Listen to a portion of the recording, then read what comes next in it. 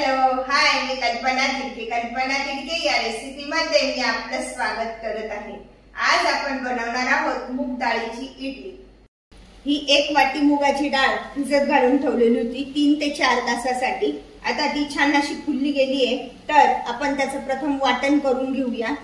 त्यासाठी मी मिक्सरच्या भांड्यामध्ये हे सगळी अशी डाळ काढून घेत आहे। याचा आपण 2 याच्यामध्ये वाटण करून घेऊया।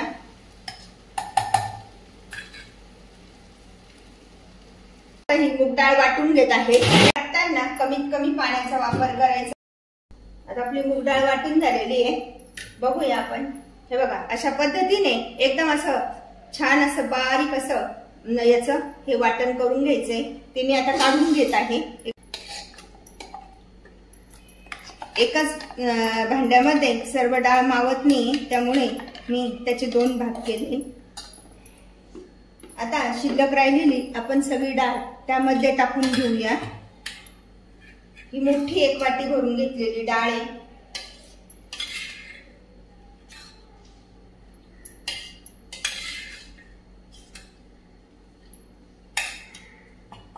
आता त्यामध्ये मी टाकून घेत आहे 5 चमचे रवा।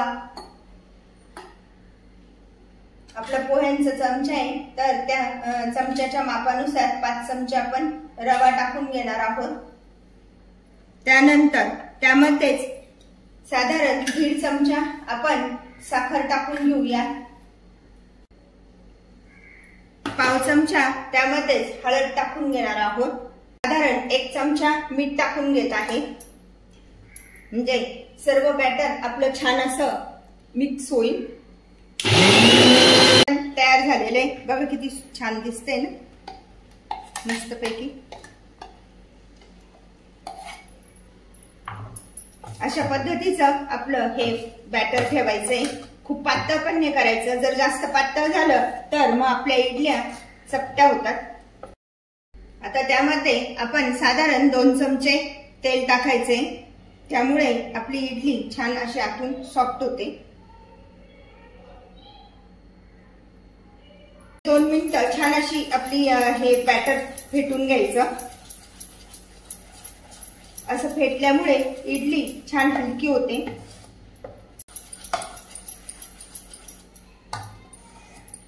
आता आपण छान असं हे फेटून घेतलेलं आहे, तर आता आपण 5 ते 10 मिनिटं हे असं व्यवस्थित झाकून ठेवूया। इडली पात्र ठेवत आहे। आता पाण्याला पण उकळी येते आणि 10 मिनिटं आपण हे बॅटर पण तसं ठेवलंय। तोपर्यंत आपण त्यासाठी सोबत खाण्यासाठी चटणी बनवून घेऊया। हे खोबरं घेतलेलं आहे मी, आज सुकं खोबरं घेतलेलं आहे। याऐवजी आपण ओलं खोबरं घ्यायचं। त्यानंतर थोड्याशा डाळ्या घेतल्या आहे, 1/2 वाटी, छोटी 1/2 वाटी आहे। कोथिंबीरीचे देठ घेतलेले, थोडेसे देठासहित कोथिंबीर, हिरवी मिरची आणि आलं, लसूण थोडा कमी प्रमाणात घ्यायचा या चटणीसाठी। 1 चमचा साखर आणि 1 चमचा मीठ।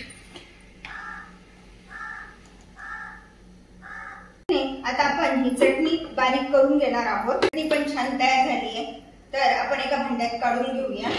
त्याला व्यवस्थित तेल लावून घेणार आहोत। वाव, खूपच मस्त, खूपच छान। अशा पद्धतीचं मस्त असं बॅटर फुललंय। हे बघा, अशा पद्धतीचं हे असं बॅटर ठेवायचं।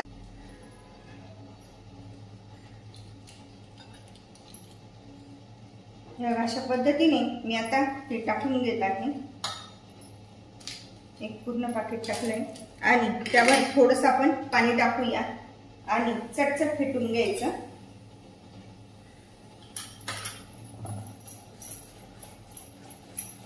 यामुळे बॅटर आपलं छान असं फुलतं। जर समजा आपल्याला वेळ असेल तर आपण ही रात्रभरासाठी मुगाची डाळ भिजत ठेवायची आणि त्यानंतर आपण इडली बनवू शकतो। त्यामुळे आपल्याला इनो टाकण्याची पण गरज नसते।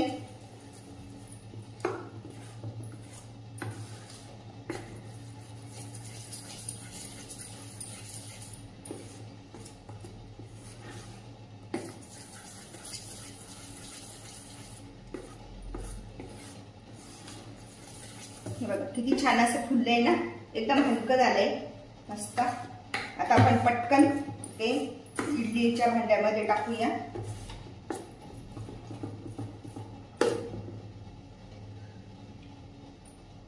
अशा पद्धतीने आपण आता हे सगळे पात्र भरून घेऊया.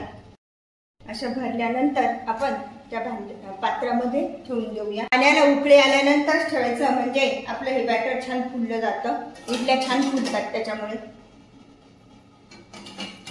आणि आता आपण 10 मिनिटासाठी हे इडल्या तयार करण्यासाठी ठेवूया.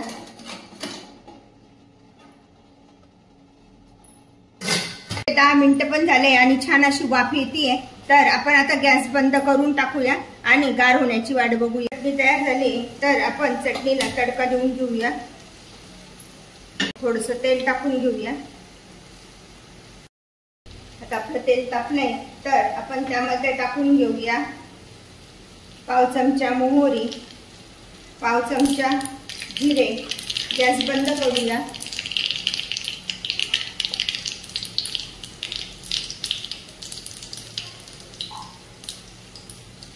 चिमूटभर हिंग, कढीपत्त्याची पाने आणि थोडीशी हळद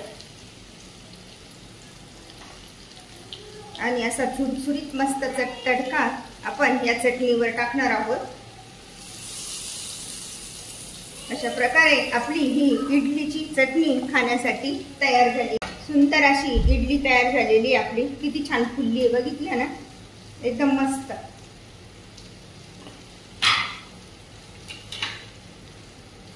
आता आपण ती काढून घेऊया. वाव,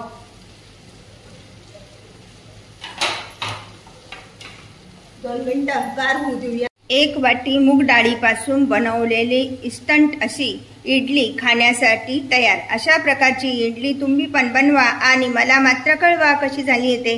लाईक आणि सबस्क्राईब करायला विसरू नका. पुन्हा आपण भेटूया नवीन रेसिपीसह. थँक्यू.